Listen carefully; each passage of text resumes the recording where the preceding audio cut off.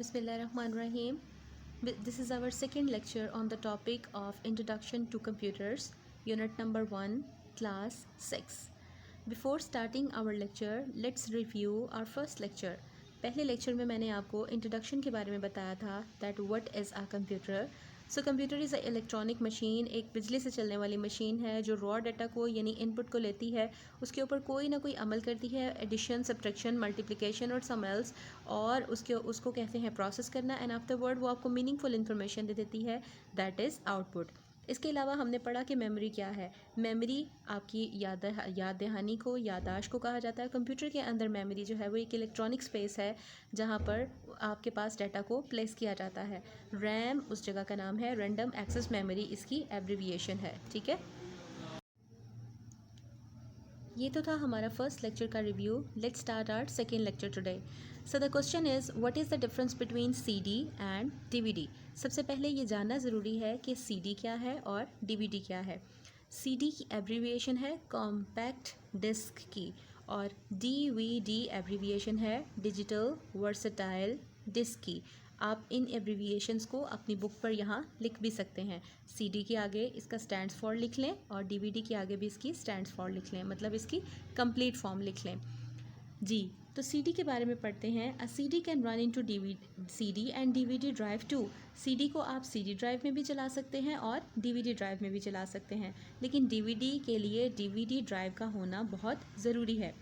CD की quality जो है वो लो होती है और DVD की क्वालिटी बहुत अच्छी होती है. ये तो आपसे ज़्यादा कोई नहीं जानता क्योंकि बच्चे मूवीज़ के बहुत शौकीन होते हैं, कार्टून्स के. सो आपको एक DVD प्लेयर और DVDs चाहिए होती हैं. ठीक है, now next question is define hardware. Hardware क्या है?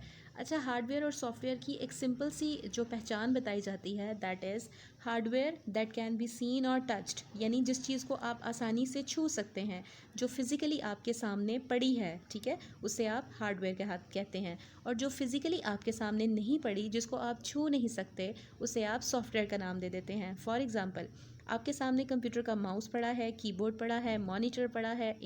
इनपुट डिवाइसेस में आपके पास जो भी चीज़ें अवेलेबल हैं, लाइक आपके पास स्पीकर्स होते हैं. ठीक है, आपके पास प्रिंटर्स हो सकते हैं. ये सारे हार्डवेयर डिवाइसेस हैं जिनको आप आसानी से हाथ लगा सकते हैं. अब आ जाते हैं सॉफ्टवेयर के बारे में. इसकी एग्जांपल है MS वर्ड, यानी कि तमाम के तमाम सॉफ्टवेयर जो हैं.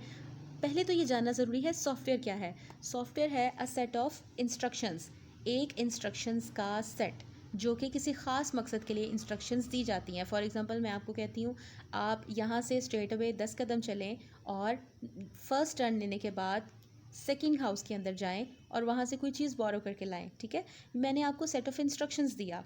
ठीक है, या चाय बनाकर लेकर आएँ, इसके लिए भी आपको एक सेट ऑफ इंस्ट्रक्शंस चाहिए कि आप पहले क्या करेंगे और बाद में क्या करेंगे. Same like that arithmetic operation की एग्जांपल लें. 2+3 इज इक्वल्स टू व्हाट. हमने कंप्यूटर को कहा कि आप हमारे लिए ये एक अरिथमेटिक ऑपरेशन करें कि 2+3 क्या है. कंप्यूटर इसका आंसर दे. इसके लिए आपको कोई स्टेप 1 करना पड़ेगा. स्टेप 1 में आपको 2 वेरिएबल्स लेने पड़ेंगे, 2 और 3. उसके बाद स्टेप 2 में आप ये डिफ़ाइन करेंगे कि ये एक प्लस का ऑपरेशन है, यानी ये एक अरिथमेटिक ऑपरेशन है. स्टेप नंबर 3 में आप आउटपुट के लिए रिक्वायरमेंट करेंगे और आपको कंप्यूटर आउटपुट दे देगा. ये वो इंस्ट्रक्शंस थी जो सॉफ्टवेयर के ज़रिए दी जाती हैं. ठीक है, और सॉफ्टवेयर को आप हाथ नहीं लगा सकते. नेक्स्ट क्वेश्चन इज़ MS का मतलब. जी, MS वर्ड लिखा है, MS एक्सेल लिखा है. MS stands for Microsoft. ये माइक्रोसॉफ्ट की शॉर्ट फॉर्म लिखी हुई है.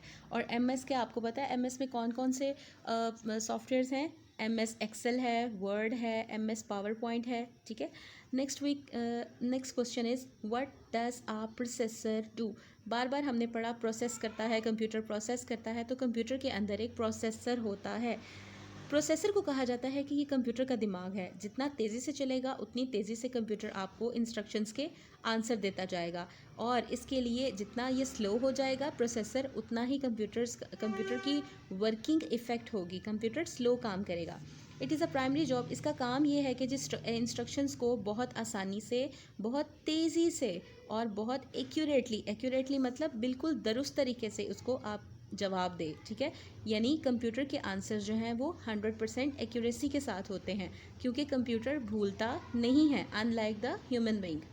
Define input devices. Very simple.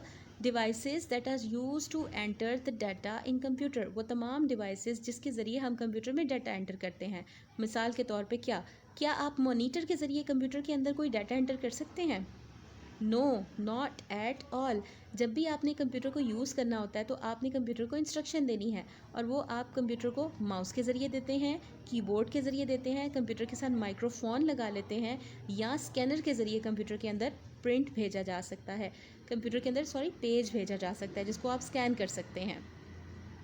ऐसे तमाम आपके पास जो डिवाइसेस होती हैं जिससे कंप्यूटर को हम हिदायत देते हैं कि हमारा ये काम करो, they are called the input devices. Now we have another type of device जो कि आउटपुट डिवाइस है। आउटपुट डिवाइस वो डिवाइस है जो आपकी इनपुट को देने के बाद, प्रोसेस करने के बाद रिजल्ट्स देती है, ठीक है। अब वो रिजल्ट्स आपको कहाँ नज़र आते हैं? आपने कंप्यूटर पे क्लिक किया, यानी आपने एक इनपुट दे दिया, वो क्लिक आपको कहाँ नज़र आएगा, या जिस चीज़ को आपने ओपन करना चाहा वो आपको कहाँ नज़र आएगी? वो मॉनिटर स्क्रीन के ऊपर नज़र आएगी। So monitor is the output device. हम स्पीकर के ज़रिए आवाज़ें सुन सकते हैं, आवाज़ दे नहीं सकते हैं, ठीक है। सो speaker is in output device. Printer के ज़रिए हम पेज बाहर निकालते हैं, कंप्यूटर को के अंदर एंटर नहीं कर सकते। प्रिंटर्स के ज़रिए आप आउटपुट्स लेते हैं। So that was all today lectures. आपने 7 क्वेश्चन नंबर 6 to 11 बहुत अच्छे से याद करने हैं और अपने काम को कंप्लीट करना है। You can ask any question in the comment section two. Thank you so much for watching the video.